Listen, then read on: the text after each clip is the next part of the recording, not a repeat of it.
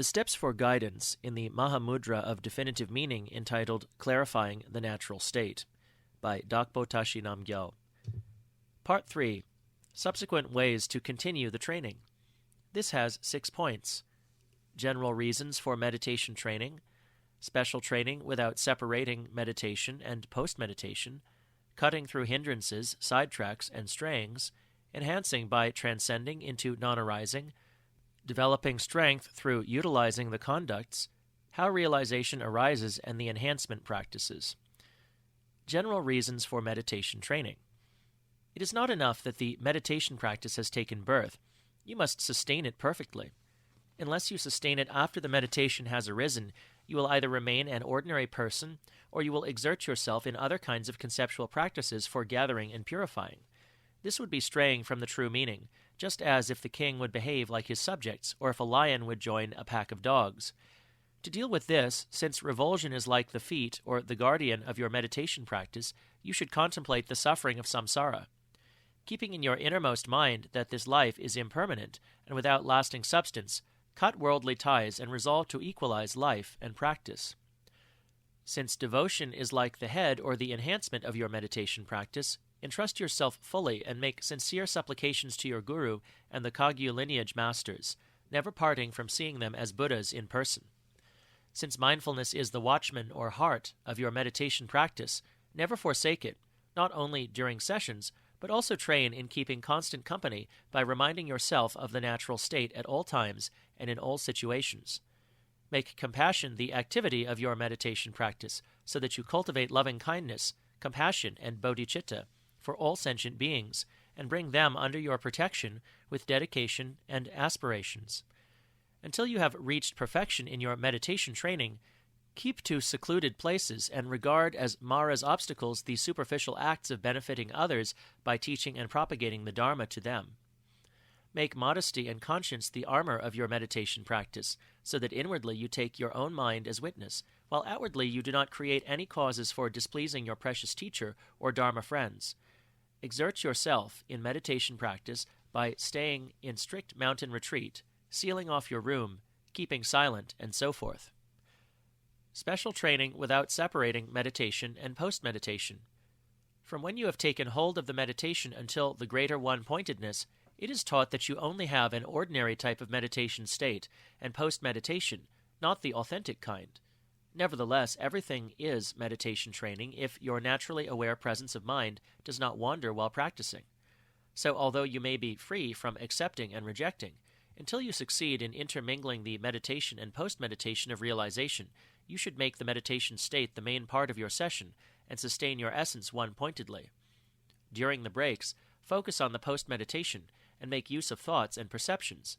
Understand this to be the intent of most of the practice lineages.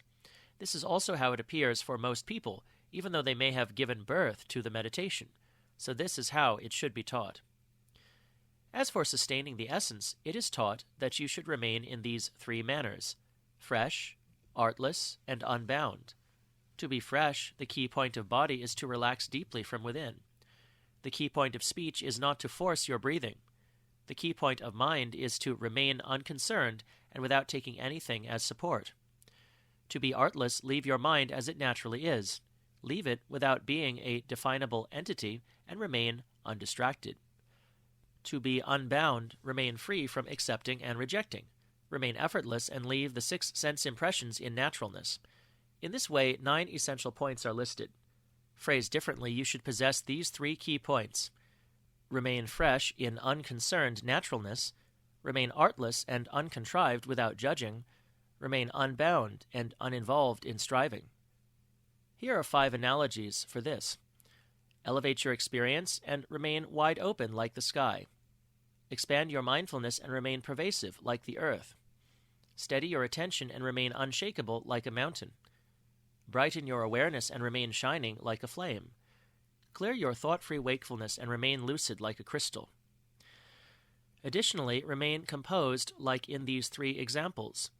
Unobscured, like a cloudless sky, remain in a lucid and intangible openness. Unmoving, like the ocean free of waves.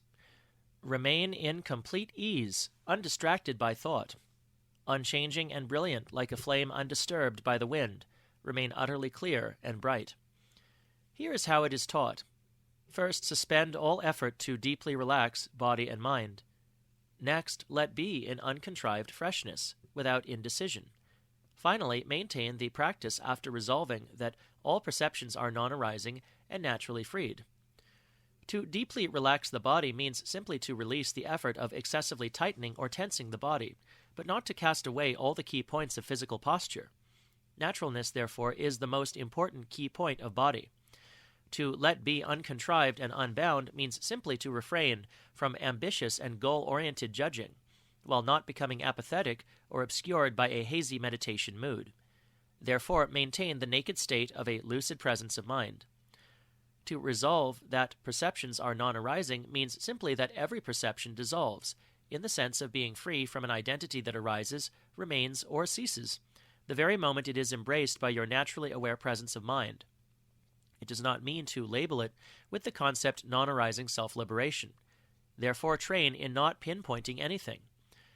If dullness and agitation make it unwieldy to keep your mind composed, adjust them with their respective key points.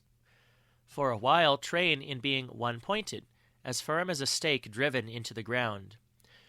When you grow weary of this, keep a constant, naturally aware presence of mind during the breaks and during all instances of post-meditation, and maintain it undistractedly, no matter what thought or perception occurs.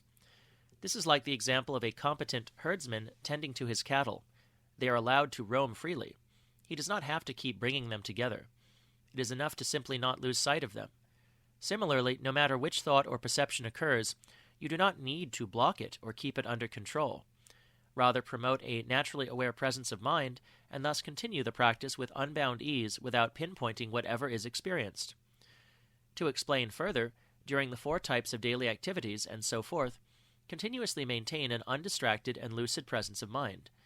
By doing so, even though distraction is compelling at first, a spontaneous presence of mind gradually expands, so that you experience nearly all thoughts and perceptions as a vivid state of aware emptiness. If this is downright hard to maintain, let a thought or perception unfold within the state of composure and look into its identity to settle it. Then continue in the manner above. When you persevere in this training during composure and post-meditation, there will come a point when everything is embraced with the naturally aware presence of mind. This is when thoughts and perceptions, no matter how they occur, are all experienced, the very moment they are thought or perceived, as an aware emptiness in which nothing can be pinpointed. These two, maintaining the essence one-pointedly during composure and tending thoughts and perceptions with mindfulness during post-meditation, are essentially no different. You will also have a variety of heavy and light meditation moods of bliss, clarity, and non-thought. If you keep company with these moods, they will obscure the natural state. So bring forth a sharp and alert mindful presence. Again and again, extricate your mind when immersed in the meditation moods. Maintain the fresh and naked state. Cutting through hindrances, sidetracks, and straying. Third, for people of little learning, who have only spent a short time following their master, there is a great risk of getting involved in sidetracks and strayings due to intellectual understanding and meditative moods. Among the described 4 types of strayings concerning emptiness, the straying with regard to the nature of knowables has 2 aspects. Instead of recognizing the essential point of the training to be the indivisible unity of perception and emptiness endowed with the supreme of all aspects, the basic straying is to disregard good and evil. By thinking it is an unreal, empty state in which faults and qualities are totally inconsequential. Although the meditator has understood the exact meaning of the essential training and is able to explain it, the temporary straying is to fail to bring it into personal experience. Straying with regard to the path has 2 aspects. Instead of recognizing that the training is the indivisible unity of path and fruition, and that this fruition is present as a natural possession, the basic straying is to believe that the path is the training, while the fruition will be attained at another point. Although the meditator does possess the exact training, the temporary straying is to distrust it and seek it elsewhere, hoping for something superior, or to meditate while adding something better. Straying with regard to the remedy has 2 aspects. Instead of recognizing the training as the indivisible unity of discard and remedy, and that by knowing your natural face the discard becomes its own remedy, The basic straying is to regard the emotion to be discarded and the training as separate, and so to use the training as a remedy against the emotion. Whenever a thought moves or when encountering a difficult situation, the temporary straying is to believe that one can only be composed in meditation after the difficulty has been overcome. Straying with regard to generalization has two aspects. Instead of recognizing that the training is the indivisible unity of means and knowledge, and that all phenomena are the essence itself, the basic straying is to generalize with conceptual focus that they are devoid of self-nature. Rather than putting the training to use, the temporary straying is to generalize by wanting to recreate a past experience. Or it could be to believe that meditation should interrupt thoughts. I am dissatisfied with the present state. I must create a better one later. As illustrated, these are examples for strayings from the meditation training. Some types of straying can send you to the lower realms, or turn you into an unfeeling person who never gained any thorough experience in practice. Therefore, it is essential not to stray. Sidetracks. Generally speaking, while continuing the training, you will encounter myriad different meditation moods of bliss, clarity, and non-thought. In particular, practitioners who have excellent channels, energies, and essences, or devote themselves vigorously to the practice without being interrupted by laziness and distractions, will have wondrous meditation experiences of a variety that defies description. Those who practice while intermingling their practice with other activities will only encounter tiny bits of such meditative states. Regardless, the bliss experience can be of many different types. These include your body feeling permeated by bliss. Even heat and cold feel pleasant. You do not notice whether or not you have a body. You feel so thrilled and joyful that you want to break out laughing. You are delighted and overjoyed, free and easy, or you do not notice whether it is day or night. The clarity experience can be of various kinds. These include having a lucid state of mind, all perceptions becoming crystal clear, seeing close and distant things even at night, seeing displays of luminosity, having the feeling of knowing other people's minds, and so forth. The experience of non-thought has a variety of types. These include seeing the various signs of empty forms, having the feeling that everything is empty, seeing perceptions as insubstantial and devoid of self-nature, seeing oneself and perceptions as empty, feeling certain of emptiness, and so forth. Whether it is one of these three meditative moods, bliss, clarity, and non-thought, in combination or a part of any of them, you might cling to these meditative experiences as being paramount and train in a way that is fettered by them, by being happy when they come and unhappy when they do not. If such is the case, bliss will cause rebirth in the desire realms, clarity in the form realms, and non-thought in the formless realms. Even if you are not clinging to these meditative moods, a meditation training that is fettered by them will make you generate the states of the Shravakas and Pratyeka Buddhas, and you will attain nothing but a rest from the sufferings of the lower realms. It will hardly enable you to attain Buddhahood, not even in the slightest. Furthermore, people whose intelligence is weak and who have received few teachings can misunderstand the training in the original essence.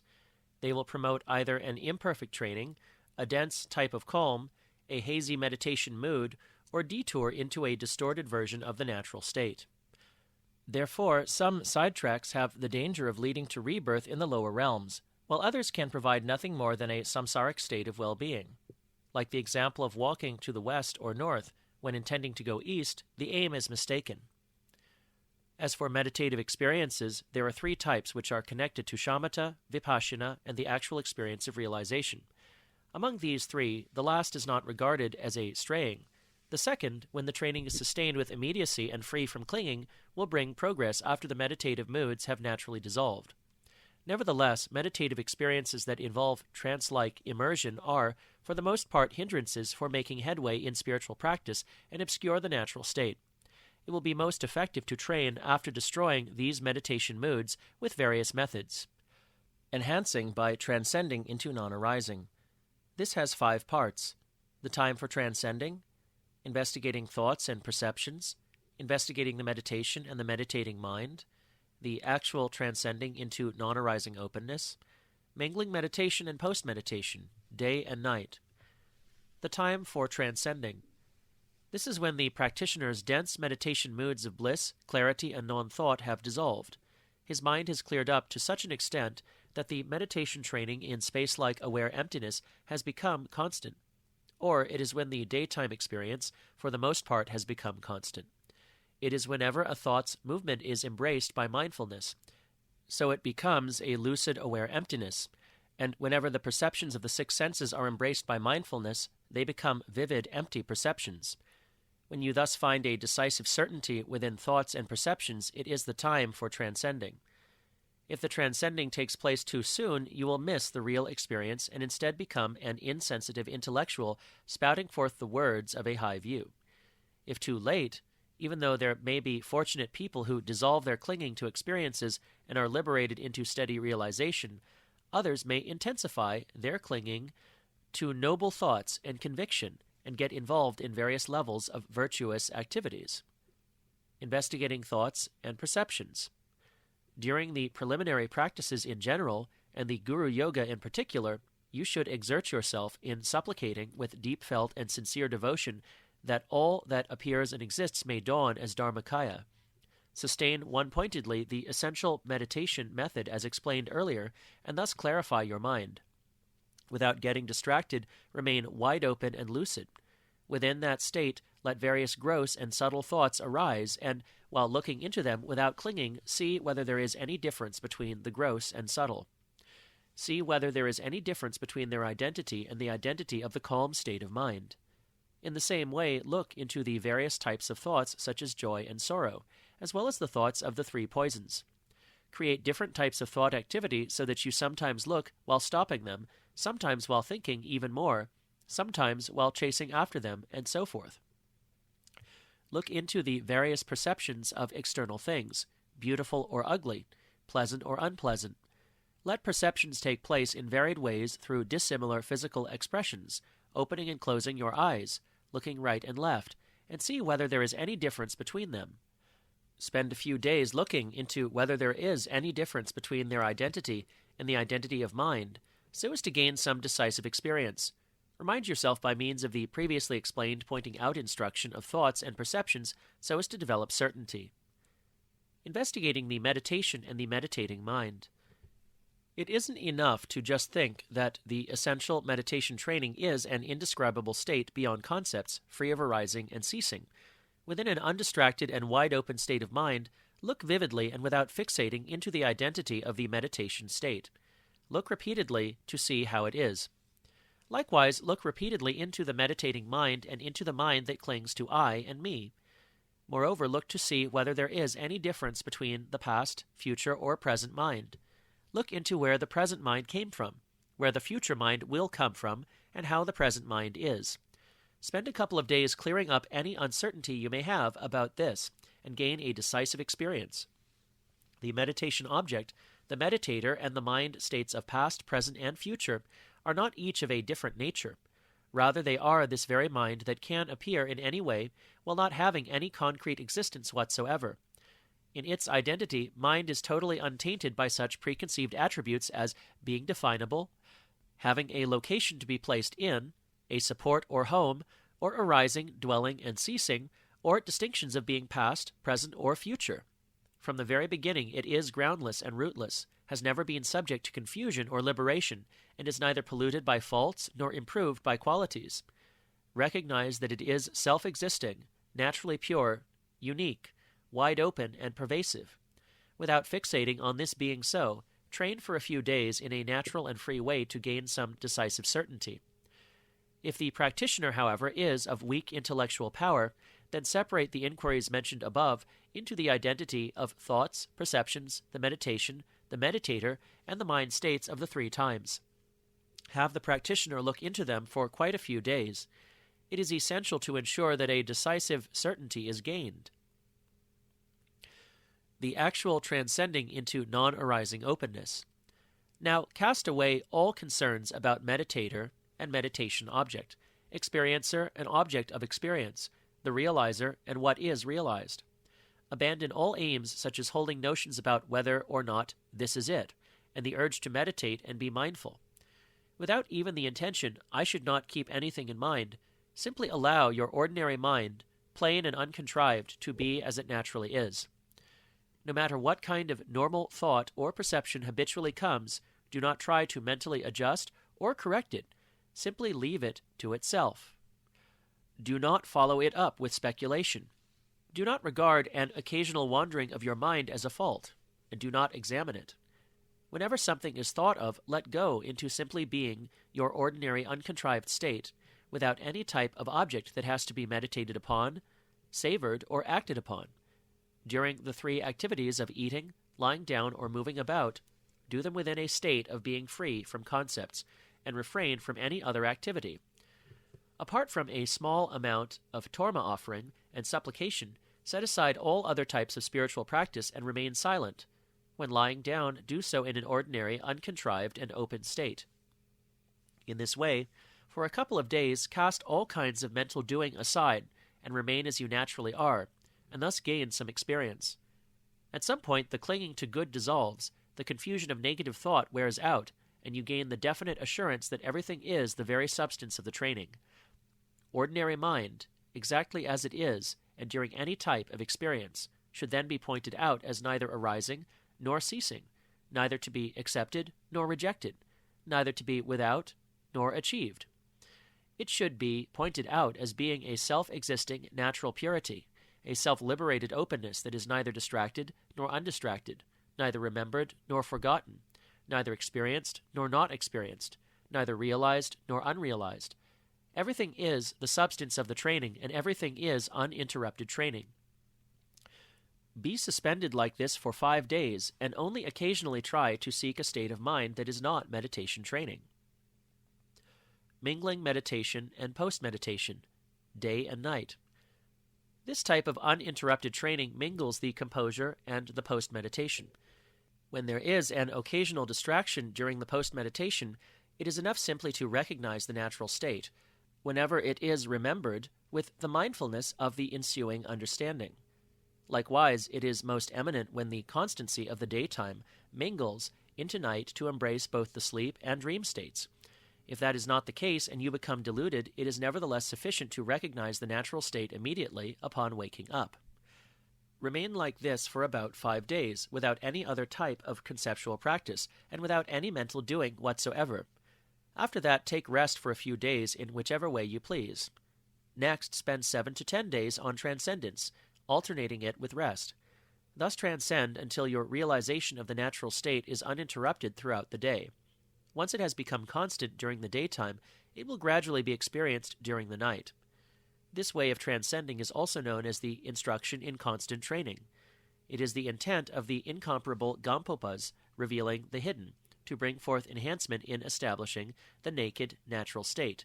For this reason, if you follow this instruction precisely, in a matter of days you can cover a realization that otherwise would take many years while clinging to something pleasant as being the natural state.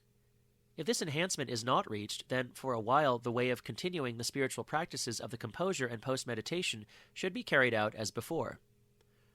Developing strength by utilizing the conducts. This has 7 points. The time for the utilizing and the conducts, utilizing thoughts, utilizing emotions, utilizing gods and demons, utilizing suffering, utilizing sickness, utilizing the process of dying. The time for utilizing and the conducts.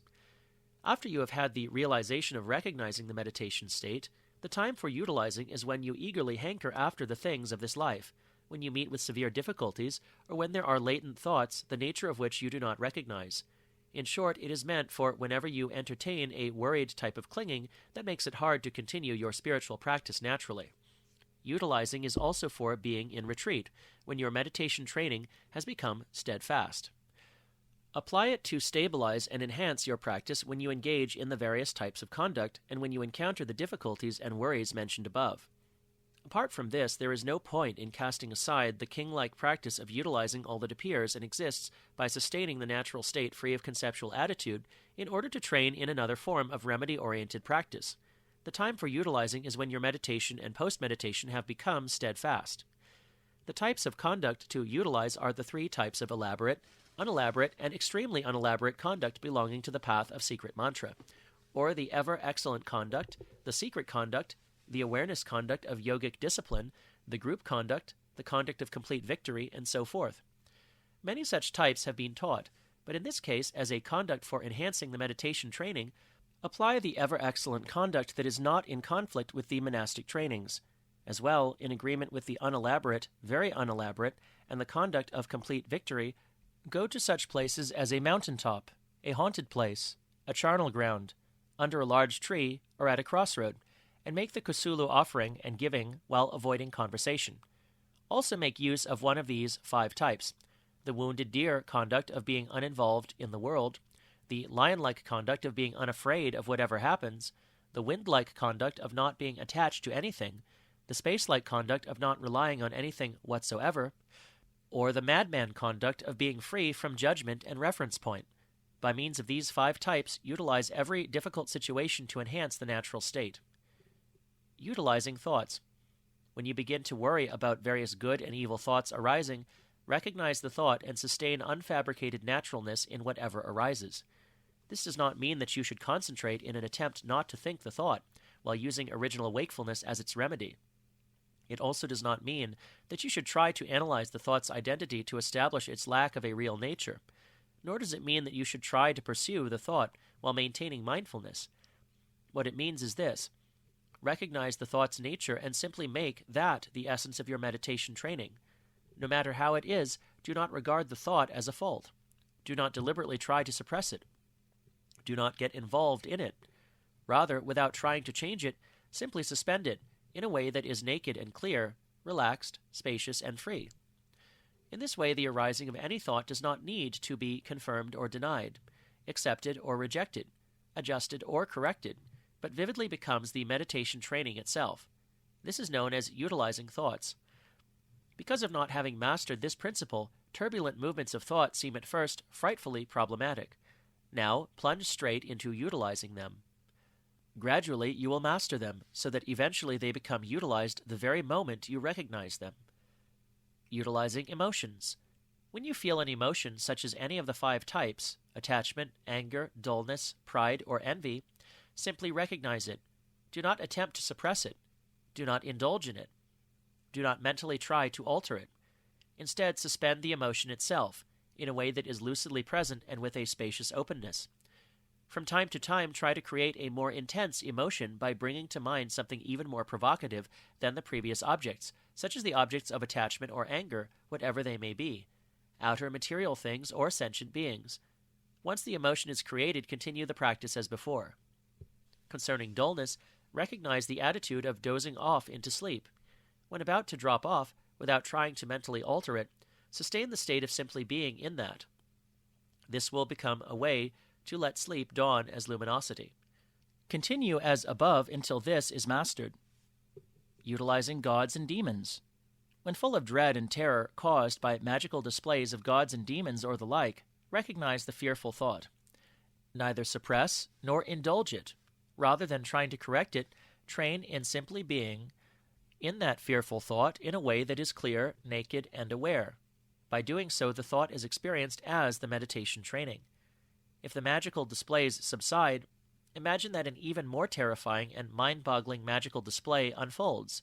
Increase the fear even further and continue the practice as before. Utilizing suffering.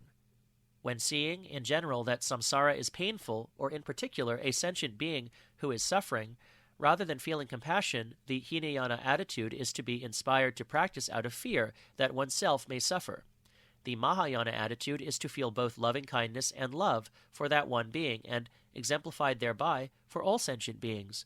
Whichever is the case, utilize that particular attitude by recognizing it, and without trying to mentally alter it, suspend it in a lucid state of being awake. While not losing the continuity of that experience, generate loving-kindness, compassion, and bodhicitta for all sentient beings, and make aspirations. Utilizing sickness. When sick from a disease, do not worry about its particular causes, circumstances, etc. Do not get involved in suppressing or encouraging it. Use the acute feeling of ache and pain as the very substance of the training. And without trying to alter it, suspend it in being vividly present. By continuing in this way, you find progress in that the pain becomes the meditation training, without having to be rejected. If the sickness subsides, practice as mentioned above. Moreover, investigate the ego clinging within the one who feels sick, the one who hurts, and the one who experiences, and suspend it without artifice in the state that is free from any definable identity. Practitioners of equal taste, Ro-Nyom, may hold that one should now give up medical treatment. Here, in this context, it is more a matter of using your sickness for spiritual training, rather than foolishly assuming that it does not matter whether or not the physical support for attaining enlightenment dies.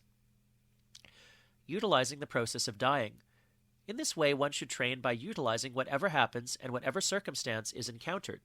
When the time of death arrives, no matter what takes place, including the gradual sequence of dissolution stages and so forth, simply recognize them. Do not get involved in the worry of hope or fear, of suppressing or encouraging.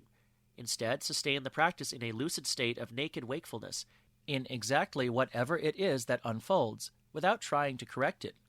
At the end, after the dissolution stages have finished, it is taught that mother and child intermingle. The dawn of the natural luminosity and the path luminosity you have trained in, and that through this you awaken to enlightenment, like water poured into water, or like space mingling with space. If, on the other hand, you do not awaken because your familiarity is weak, it is taught that through your former training in utilizing, you can attain mastery in the bardo, or in your next rebirth. These ways of utilizing are found in the various writings of the incomparable Gampopa. The main principle is contained in utilizing whatever happens in any situation as being Mahāmudrā, and so equalizing its taste.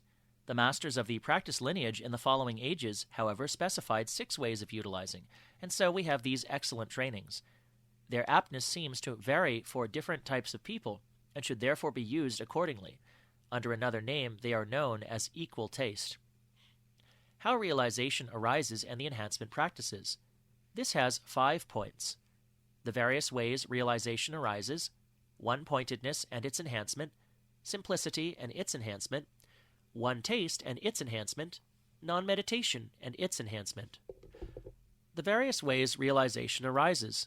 For the person of the instantaneous type, from the very onset of stillness, from one-pointedness after being pointed out, from simplicity or from one taste, the progress up to non-meditation can take place at once, etc., and this progress is stable. For the person of the skipping the grades type, the next of the 4 yogas happens suddenly before the previous is stabilized, and this progress is unstable and will fluctuate considerably. If such a person remains continuously in retreat and trains one-pointedly, he will attain stability. If his period of practice during this life is but a short while, it is taught that he will have true realization in the bardo. For the person of the gradual type, the 4 yogas occur in a sequence in that the following happens gradually after the previous has been stabilized, and this occurrence is steadfast. So it is essential to persevere.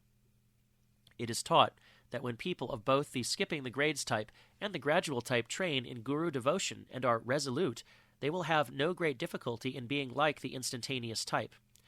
There is a range of variables for how these yogas occur, since each of the 3 types of people can be divided according to their degree of mental aptitude. So it doesn't seem possible to systematize an exact description of the sequence of the 4 yogas. Nevertheless, here I shall explain the clear-cut progressive order for the gradual type of person, since it includes both the spiritual practices as well as the points to be accepted and rejected that pertain to the indefinite ways realization arises. One-pointedness and its enhancement. For the yoga of one-pointedness, there are 3 stages due to the difference in higher, medium, and lesser degrees of proficiency. The lesser one-pointedness is from the time when the samadhi of aware emptiness endowed with the bliss experience is somewhat difficult to maintain, up to when the meditation state happens whenever you train. The medium one-pointedness is when, from time to time, you arrive in samadhi even without practicing, and when practicing it becomes stable. The higher one-pointedness is when you totally arrive in the state of aware emptiness, unceasingly during the meditation state and post-meditation, the 4 daily activities, and throughout day and night. Furthermore, there are these 6 distinctions as to whether or not perfection has been reached. You have seen the essence of one-pointedness if you have reached a naturally knowing and confident certainty in your mind's aware emptiness. You have not seen the essence if you do not possess this confident certitude, even if you can remain in the states of bliss, clarity, and non-thought. You have perfected the strength of one-pointedness if this state of aware emptiness becomes constant throughout day and night. You have not perfected its strength if it is an occasional resting. Your thoughts have become meditation if whatever thought or perception occurs without having to be abandoned turns into the meditation training simply by embracing it with mindfulness. They have not become meditation if you need to meditate by withholding them. The qualities have arisen in you if you attain the signs such as turning away from the 8 worldly concerns. They have not arisen if your mind isn't pliable. You have planted the seed of the form bodies if during the ensuing certainty you feel compassion for sentient beings and make aspirations to benefit others. You have not planted them if it feels difficult to be compassionate. You will have attained mastery over the relative state if during the ensuing certainty you feel sure of the unfailing details of causation. You have not attained it if you fail to gain certainty in the dependency of causation. At the time of lesser one-pointedness, you have a definite meditative state of mind that is an aware emptiness endowed with bliss experience. When a thought or perception occurs within that experience, it dissolves and is liberated by itself. You may perhaps have the intellectually fabricated certainty of thinking, this is the meditation. During the ensuing perceptions, you perceive them with a sense of delight, but for the most part they are a solid reality. During the ensuing certainty, whenever you embrace it with a mindful presence, you have an experience of aware emptiness, but it is accompanied by the attitude of thinking, this is empty. This is a mental experience. During the dream state, apart from a slightly higher degree of lucidity, there isn't much difference. Some people have a greater number of dreams, but not very specific. Sometimes you find it hard to remain in composure and think, my meditation is not succeeding. There are considerable fluctuations, and you feel devotion, pure perception, and compassion. At the time of medium one-pointedness, your training in aware emptiness accompanied by a feeling of bliss grows stable whenever you practice. Sometimes you arrive in it suddenly, even without practicing. Within that state of experience, fewer thoughts and perceptions arise than before, and they are liberated by themselves. During the ensuing perceptions, they are accompanied by the experience of aware emptiness, and they feel open and free. Sometimes they are also felt as solid reality. During the ensuing certainty, you arrive totally in the meditation training whenever you remember. During the dream state, sometimes the meditation moods happen, sometimes not. For some people, dreams grow less in number. You begin to take delight in your meditation training. At the time of greater one-pointedness, the aware emptiness accompanied by the bliss experience becomes constant, and all your thoughts dissolve into that state. All ensuing perceptions take place within that. Dreams, for the most part, are also included within that state. You gain an assurance that retains a fondness for eminence. You may also have various meditative moods of emptiness. That mind is a blissful emptiness, an empty knowing, that thoughts are an aware emptiness, and that appearances are a perceived emptiness. Or you may have the experience that everything is like a dream and magical illusion. You may also manifest some conditioned virtues. You may begin to think there is no meditation state superior to this.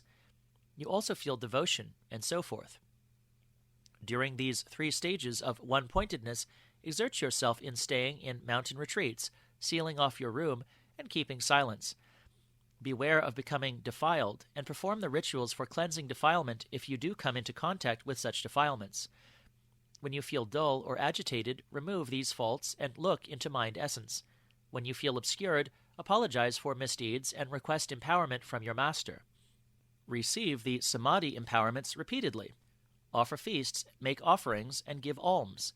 Ask advice from your master and dharma friends, and correct your practice.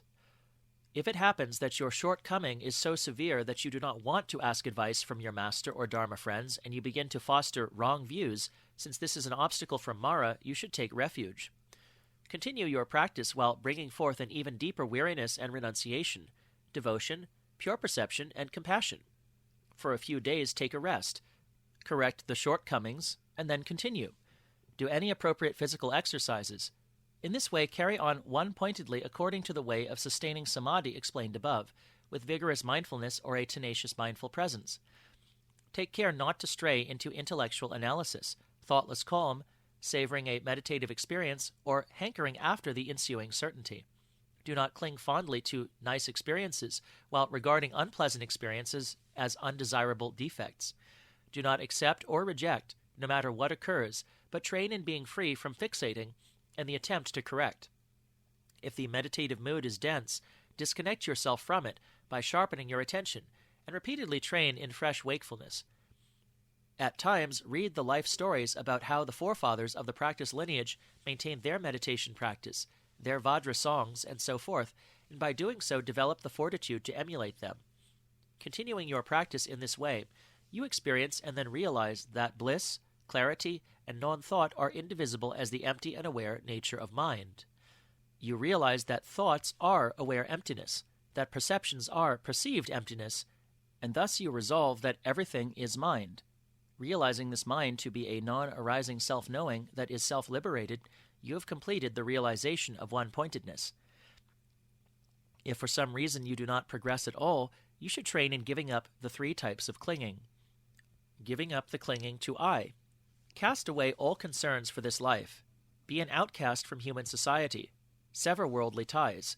Throw away attachment to friends and hostility to enemies. Offer your body to your guru. Abandon the cherishing of the physical aggregates. Make the kusulu offering. Giving up the clinging to possessions. Make a pleasing offering to your master of all your wealth and belongings. Make pleasing torma and feast offerings to your yidam and so forth. Give pleasing presents to your Vajra brothers and sisters. Give up hoping for happy times, good meals, and nice things. Forego food, clothing, and good reputation. Keep to the above-mentioned conduct of a mountain deer and so forth, and forsake your homeland and other places that promote distraction, attachment, and aggression. If for some reason you cannot forsake those places, then keep silent for a couple of years. Giving up the clinging to samadhi. Discard taking delight in, enjoying, or trusting all good experiences. Transcend into the natural state by resolving that whatever occurs is neither good nor bad. Maintain a wakefulness that is natural and naked, stripped of any meditative mood. By doing so, you gradually progress, and at some point your meditation moods dissolve. The dualistic fixating on subject and object falls apart. You realize that the essence of mind is free from the constructs of arising and ceasing. Thus, the realization of simplicity dawns. Simplicity and its enhancement. Simplicity also has 3 stages. The lesser simplicity is when you realize that the identity of the thinking and perceiving mind is devoid of such constructs as arising and ceasing. However, you are not free from the fetter of savoring the conviction that clings to it as being empty. You also still entertain hopes and fears concerning samsara and nirvana. The medium simplicity is when the fetter of savoring the conviction that clings to it as being empty has dissolved, but you have hopes and fears during perceptions and have not cleared up uncertainties. The greater simplicity is when you have dissolved the fixating on the conviction that all of samsara and nirvana, whatever happens and exists, is empty. You are free from hope and fear, and you have cleared up uncertainties. These are the distinctions as to whether or not the perfection of simplicity has been reached. In order to see the essence of mind as being free from constructs, simplicity, your clinging to conviction must dissolve. You have seen the essence of simplicity if you, after investigating thoroughly the nature of the experiences, totally arrive in a state in which all constructs have dissolved.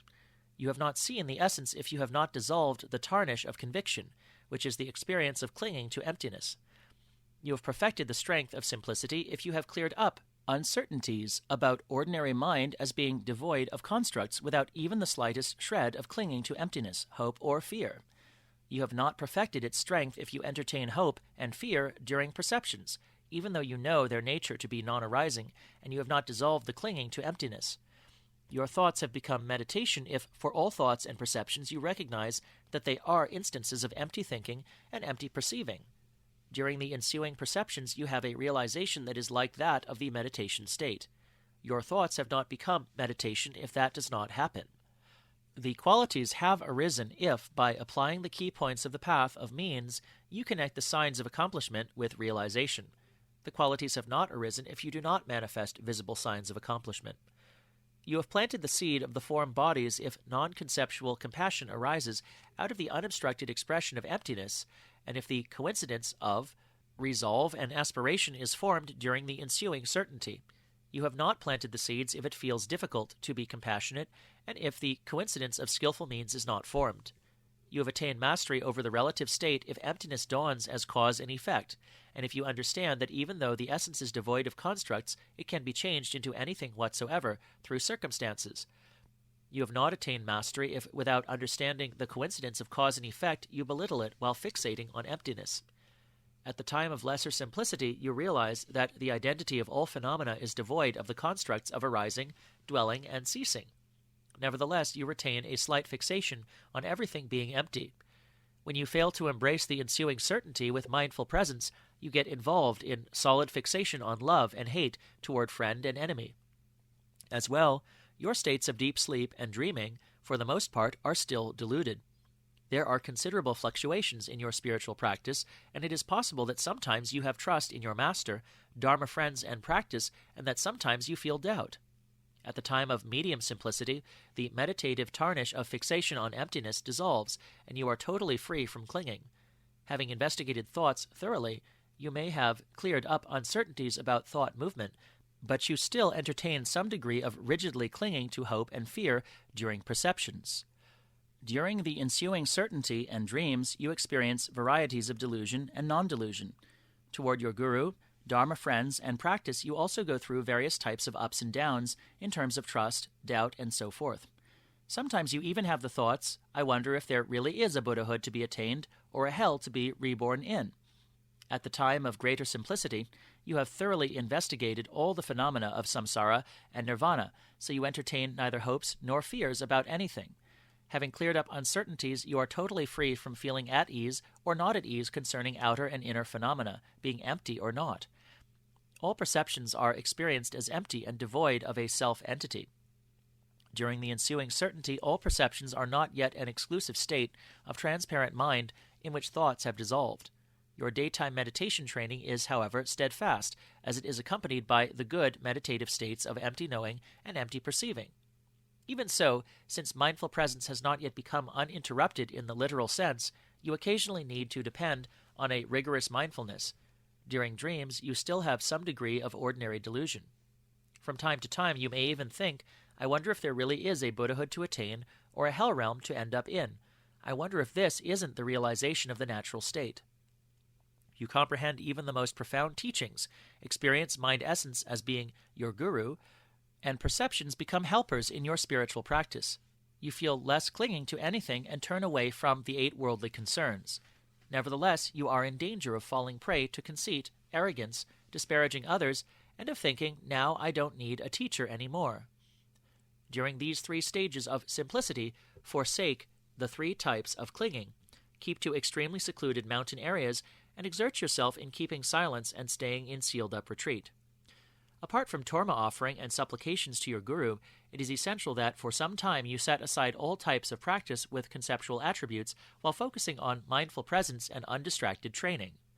Sometimes create conditioned virtue by making offerings and giving alms, training in devotion to your guru, pure appreciation of your Dharma friends, compassion for sentient beings, and reflecting on the connection between cause and effect. Discuss the profound meaning of realization with your guru and Dharma friends. Read the Vajra songs of the Siddha lineage. Sing them as songs, and so forth. For the most part, the important point is to keep undistracted from a continuous mindful presence. Often people do not like too much conceptual focus. Sometimes it happens that the blissful feeling is diminished, and you want to move on, want to eat, or feel unhappy, and so forth. You should then make use of a suitable practice connected to the path of means, such as the blazing and dripping, the supreme tummo, physical exercise, or the like.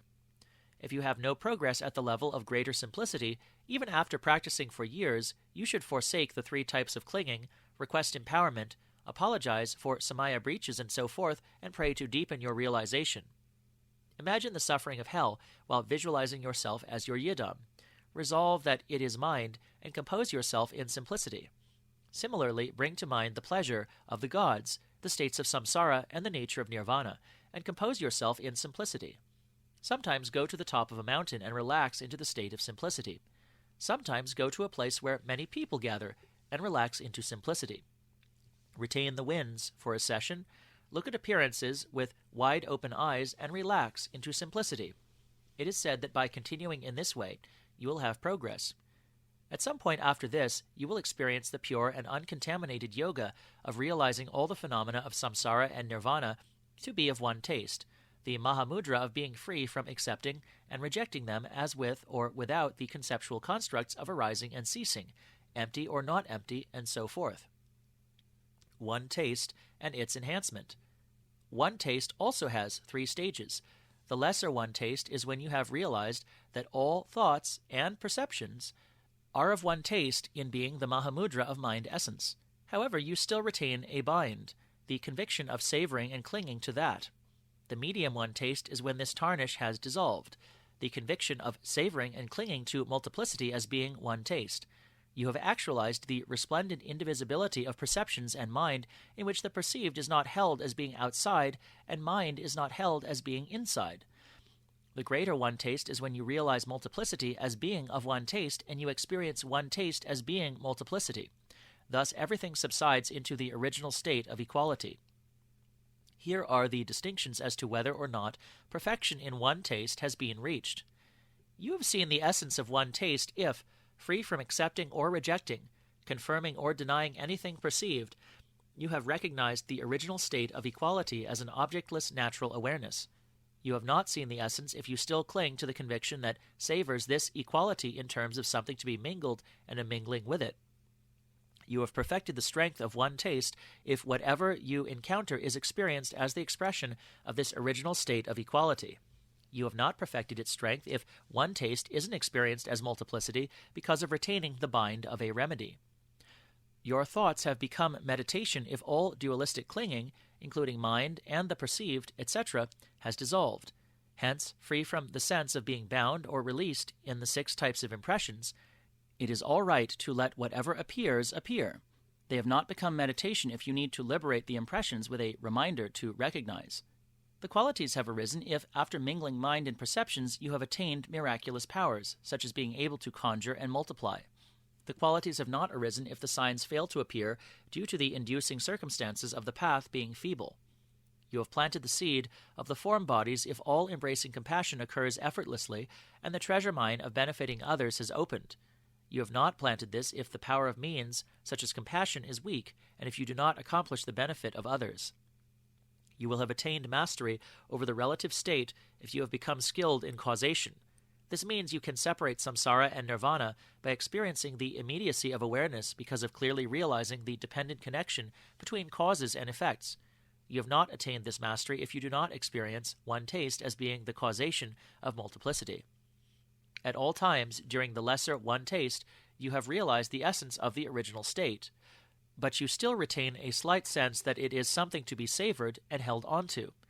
During the ensuing certainty, you find difficulty in continuing your spiritual practices while encountering perceptions disturbed by intense objects and circumstances, and you, to a minor degree, experience a solid fixation on duality. During the dream state, there is some slight confusion and clinging. Sometimes you have the experience that all 3, your body, perceptions, and mind, are indivisible. However, it is possible that your regard for causation, your devotion, and your compassion may dwindle. At the time of medium one taste, the clinging to the subject and object of realization, the experiencer and the experienced, dissolve. The fixation on the duality of mind and perceptions is cut at its root. During the ensuing certainty and the dream state, your confusion is even less than before, and you have no noticeable clinging to solid reality. At the time of greater one taste, your realization of non-duality becomes constant throughout day and night, and it is free from clinging to the manifold unobstructed expressions of the original state of equality as being real. The experience of non-thought as simply an aware quality that perceives yet does not judge occurs with a slight savoring. During the ensuing certainty, you perceive with a subtle duality and appreciate appearances as being like a magical illusion, an aware emptiness in which there is nothing to be held. Dreams free from clinging occur as unobstructed and ephemeral. It is also taught that at times there are no dreams at all. During these 3 stages of one taste, for the most part, keep to secluded places. From time to time, participate in group gatherings and you will progress. Even though you think that it makes no difference whether or not you meditate, it is essential to keep to seclusion and train in the true mindful presence. Even though you have attained the realization of greater one taste, if you fail to have some degree of clairvoyance and receive signs from the Dakinis, you must be tainted by damaged samayas. Therefore make, for instance, 1,000 tsa-tsas or the like, and offer a flower to each of them. Make the request, may my defilement utterly subside. Perform the dharani ritual for purifying defilement, as well as any other suitable virtuous practice. If you get involved in pleasure or displeasure when signs occur, you are influenced by Mara. Consider that being benefited or harmed, assisted or hurt by Mara, and so forth, are all your own mind, and that this mind is limitless and centerless, like space. Once the realization of one taste has dawned within you, there is no fear of thought, no preference toward qualities, and you cannot be swayed by faults. On the other hand, Mara has taken possession of your mind if you become profoundly competitive and have plenty of disturbing emotions, obsessive thoughts, and preferences. Recognize that and exert yourself in virtuous practices. In any case, understand the meaning of the saying, recognize everything that counteracts your meditation training to be Mara. It is also possible to belittle the importance of methods by thinking, there is no need for compassion and devotion since sentient beings are my own mind and the Guru is also my own mind. Instead, strengthen your compassion and devotion. Be extremely careful to adopt virtue and avoid evil. Arrange all kinds of positive types of causation, avert all kinds of negative ones, and accept the armor of cause and effect. When there is benefit or harm happening to others, there is the danger of being caught by the godly son Mara. So cast away superficial deeds to benefit others. It is also essential to remain unattached to followers, possessions, and fame. By continuing the practice in this way, the tarnish of meditation moods and savoring all subside, and the realization of the path and the natural state intermingle. Thus, the realization of non-meditation dawns beyond composure and post-meditation being embraced or not by mindfulness. Non-meditation and its enhancement. Non-meditation has 3 stages as well. The lesser non-meditation is when all perceptions are experienced as meditation training. You do not have to remain mindful or deliberately compose yourself in the meditation state, and you retain only the slightest clinging to them as being like a magical illusion.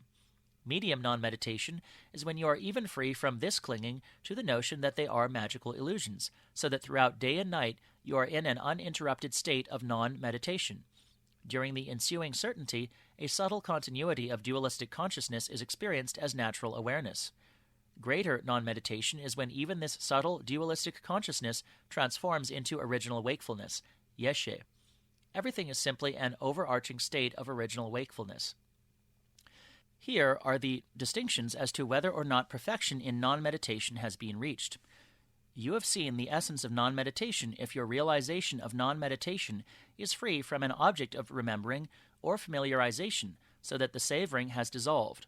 You have not seen the essence if you retain a sense of something that needs to be remembered or grown accustomed to. You have perfected the strength of non-meditation if the subtlest dualistic perception has dissolved. And you have brought all phenomena to the state of exhaustion, so you are always indivisible from original wakefulness. You have not perfected its strength if you experience even the slightest dualistic perception, and you have not exhausted the phenomena of knowable objects. Your thoughts have become meditation if every instance of all-ground consciousness, without being rejected, has dissolved into being dharmadhatu wisdom. They have not become meditation if you retain a subtle type of propensity for conceptual clinging, and the subtle tarnish of savoring and experience. The qualities have arisen if your body appears as the wisdom rupakaya of the rainbow body, and your mind as the luminous dharmakaya. Thus the world is experienced as all-encompassing purity. The qualities have not arisen if you retain even the slightest impure perception regarding body and mind, the world and beings. You have accomplished the activities of the form bodies if you have reached perfection as the Dharmakaya, in which basic space and original wakefulness are indivisible, so that your inexhaustible adornment wheel of body, speech, and mind spontaneously and ceaselessly fulfills the needs of sentient beings. You have not accomplished these activities if this has not happened, and you still need to depend upon pure realms. You will have purified and attained mastery over the relative state if you have perfected all the qualities of Buddhahood. You have not attained this purity and mastery if the 3 webs obscure the qualities of Buddhahood: the body web of karmic ripening, the perception web of habitual tendencies, and the mind web of dualistic consciousness. At the time of lesser non-meditation, dualistic perception has mostly dissolved. Without having to deliberately meditate or deliberately remind yourself, all perceptions are experienced as the meditation training, so that you are unwavering from the meditation. During the ensuing perceptions, there is a remnant of ignorance called thoughtless non-recognition, which is the all-ground consciousness remaining as a thoughtless state of indifference. This is also known as the defilement of negative tendencies. Although you do not create karma, it is taught that clinging, not yet dissolved into original wakefulness, still occurs like fugitive moments of magical illusion. During dreams, you still encounter a slight clinging to them as being real due to not recognizing. At the time of medium non-meditation, even this most subtle dualistic perception, which is like a magical illusion, dissolves, and you become uninterrupted in the state of non-meditation throughout day and night. During the ensuing perceptions, the extremely subtle trait of thoughtless non-recognition dawns as a natural awareness. This is called perfection in accordance with the intrinsic nature. It is taught that this trait is the subtlest defilement of negative tendencies and that it is still present at night. At the time of greater non-meditation, this extremely subtle trait of thoughtless non-recognition dissolves into original wakefulness so that the mother and child luminosities intermingle.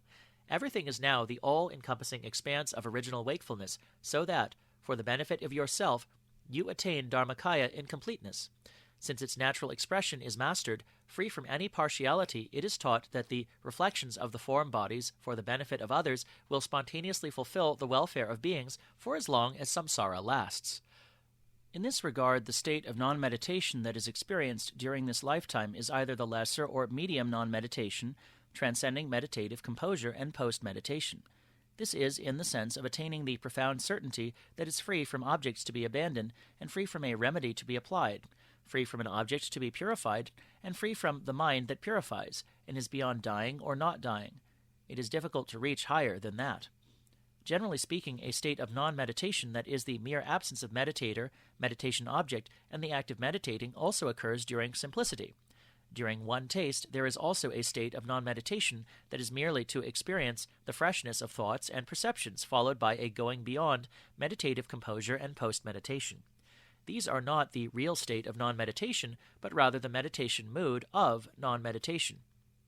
For the real state of non-meditation, it is taught that until the subtle trait of thoughtless non-recognition has dawned as a natural awareness, it is essential to use the mindful presence of continuous wakefulness to sustain the flow of the ordinary mind that is neither contrived nor cultivated. Even though you do not create any more karma, no matter where you stay, no matter who you are with, and no matter what you do, it is essential that as a meditator you maintain the inspiring exterior of a Dharma practitioner. Therefore, keep to mountain retreats, raise the banner of practice, forsake incorrect behavior, and deal appropriately with the relative principles of what should be adopted or avoided. Here I have described the ways in which the meditative composure and the post-meditation, the ensuing certainty, ensuing perceptions and dream states are experienced in terms of the gradual type of person. It is indeed taken as a given that he or she maintains the training one-pointedly in a secluded place. It does not follow all the various ways precisely, such as, for instance, those who eagerly hanker after mundane appearances during post-meditation. Nevertheless, the identity of the realization may be experienced exactly as it is. The ways in which the levels of experience and realization of these 12 yogas occur are extremely difficult to fully comprehend for the lesser type of practitioner and are not within the domain of their intellectual scrutiny. Still, you should find trust by means of the teachings of Lord Gomtsul and some of the forefathers of the practice lineage. As for more details, you should carry through with your practice, gain understanding from the inner master that is your own mind, and from the outer master that is the teachings and instructions of the realized siddhas. Thus bring yourself to the level of exhaustion of concepts and phenomena. There are people like me who, without being perfected through the karmic continuity of former training, are satisfied with a couple of years of practicing the Dharma of comfort. When afterwards they pretend to have reached full realization, they fool both themselves and others with superficial benefit. It seems more important to establish true understanding and be honest. Part 4. The way to traverse the paths and bhumis through meditation training. Generally speaking, there is the path of gradual training explained in the philosophical vehicles, which specifies manifest qualities, and the present meditation practice, the path of training instantaneously in the original state that ascertains your natural essence. These two are ultimately alike, while being temporarily dissimilar. Nevertheless, here is the description of the paths and bhumis and the way in which they are traversed. From the initial entering upon the path of blessings, up to seeing the essence and perfecting the strength of the meditation of one-pointedness, corresponds to the duration of the level of a beginner and the path of accumulation. Up to and including the 3 meditation stages of simplicity corresponds to the duration of the level of devoted conduct and the path of joining. The 3 meditation stages of one taste and the lesser and medium non-meditation corresponds to the duration from the level of the first bhumi and the path of seeing, as well as to the path of cultivation from the 2nd to the 10th bhumi. The greater non-meditation corresponds to the level of Buddhahood and the path of consummation. Presently, since you simply sustain the way of the natural state and do not practice the path explained in the causal vehicles, the signs of that path will therefore also not appear. However, it is held that all the manifest qualities will appear simultaneously and spontaneously once you have perfected the strength of greater non-meditation. Nevertheless, if you practice by mingling with the secret mantra path of means, it is explained that the successive signs of the mantra path do appear. There do exist several ways of combining, in a detailed way, the 12-fold meditation training of the 3 times 4 yogas with the paths and bhumis of the philosophical vehicles, but it is complicated to organize them meticulously. Thus, this major guidance text for the blessed Mahāmudrā path of definitive meaning should customarily be taught through personal experience. For those who have not gained such experience, I have made use of the pithy instructions of the forefathers of the practice lineage to explain this in a way that is simple to understand, without convoluting it with scholarly verbiage and structures. Afraid of overloading it with supportive quotations, I have refrained from doing so. You can find such details elsewhere. When it comes to bringing this into your personal experience, be kind to yourself by honestly applying a method of meditating that suits your individual capacity. By all means, it is essential to desist from taking what you understand of these words and insensitively spout high views. Please avoid becoming a Dharma expert with no practical experience. Concluding verses. The Vajra speech of sublime accomplished masters is distorted in the minds of the childish people of the dark age. The few profound guidance texts that clarify some parts give no final support to how or when experiences arise. Apart from those who possess the strength of learning and former training, only a few people can assemble the fragments of oral advice. My guidance text to clarify the stages of the path is therefore the unexcelled offering from this yogi. For the root and lineage masters who uphold the practice lineage, may it be a mandala that bestows blessings and realization. For advanced meditators who have brought forth realization, may it be an offering that reminds and inspires trust. For seasoned meditators who nurture the seedlings of experience and realization, may it be a banquet of certainty that cuts through doubt. For apprentice meditators, diligent but clinging to experiences, may it be a bounty that dispels wrong views and faulty meditation. For idle Dharma people who only gather data without experience, may it be the legacy for attaining the natural state's qualities. For all the shortcomings of my ignorance and misunderstanding, I apologize forever to all sublime beings. Through this virtue, may all beings swiftly perfect the realization of Mahāmudrā. Colophon. This text is based on requests from several of my meditator disciples to write a decisive and reliable guidance manual on Mahāmudrā. The one from Gampo, with the name Mangala Tashi, composed it during the waxing part of the 4th lunar month in the year of the sheep at the retreat center of the great seat, the glorious Dakpo Gampo, with the help of the scribe Tashi Dundrup. May it bring virtuous goodness to all beings. Sarvada Mangalam. May it be virtuous.